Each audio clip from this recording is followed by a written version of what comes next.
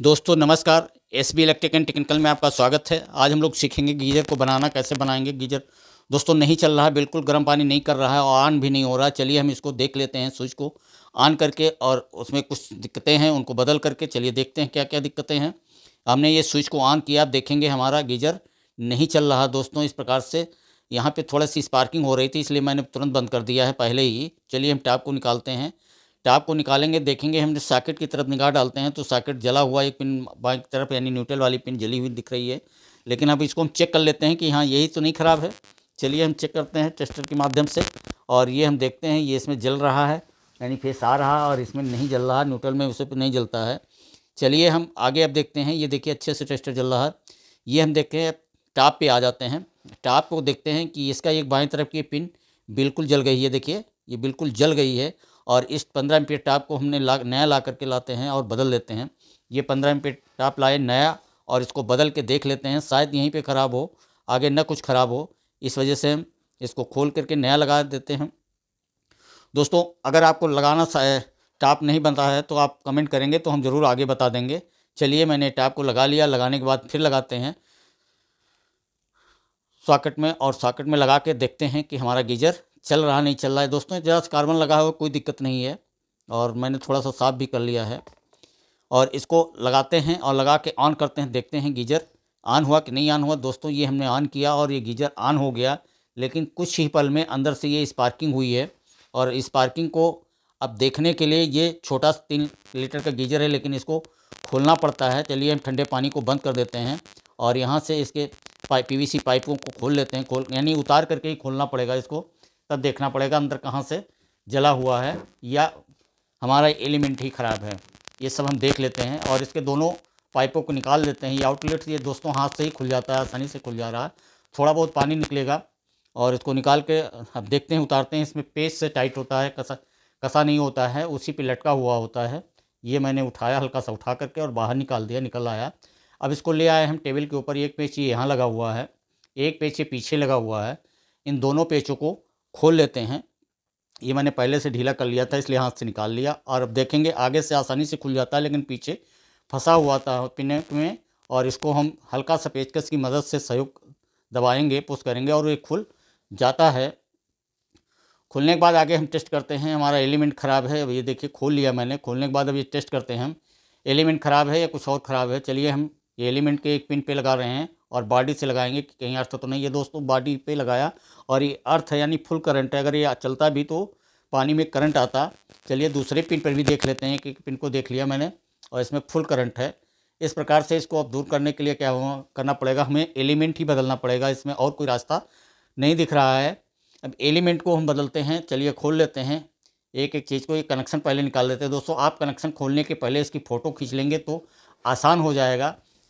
इसलिए आप नए हैं तो आप फ़ोटो ज़रूर खींच लीजिए, जिससे कनेक्शन करने में आपको कोई दिक्कत ना हो। इसे कनेक्शन सीखना चाहते हैं तो अगली वीडियो में आप कमेंट करेंगे तो हम बता देंगे कनेक्शन कैसे होंगे इसके। और इसमें 2 थर्मोस्टेट लगे हुए, दोनों थर्मोस्टेट कनेक्शन किस प्रकार से किए जाएंगे ये सब हम आपको बता देंगे इसमें डिटेल से। अभी हम इसमें सिर्फ एलिमेंट ही बदलना बता रहे हैं आपको। ये इंडिकेटर का तार है, ये हमने बाहर निकाल दिया।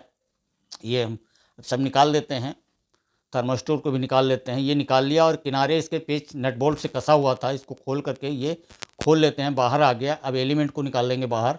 ये देखिए गिलास से बाहर है, ये अंदर से टाइट होता है, इसलिए बिना गिलास खोले हुए बाहर से ये एलिमेंट नहीं लगता है। बड़े गीजरों में एलिमेंट बाहर से ही लग जाता है, इसमें नहीं लगेगा। चलिए हमने यहाँ बीच के नट को खोल लिया और खोलने के बाद इस तरीके से पीछे को निकाल लेते हैं। ये मैंने निकाल लिया। निकालने के बाद देखते हैं दोस्तों ये एलिमेंट फटा हुआ है, यानी पूरा एलिमेंट ख़राब हो गया है। अब इसकी जगह पे हम नया ले आए हैं और अब लगाते हैं इसको। अब ये बीच में इसका नट लगा हुआ था जिसको मैंने खोला है, उसके जो कटोरी कसी हुई थी, ये कटोरी को भी हम बाहर निकालेंगे। ये साइड में कवर लगे हुए हैं, इनको निकालने, कटोरी ऐसे निकल नहीं रही है क्योंकि ये साइड उसके मोटे पड़ रहे हैं घाट में।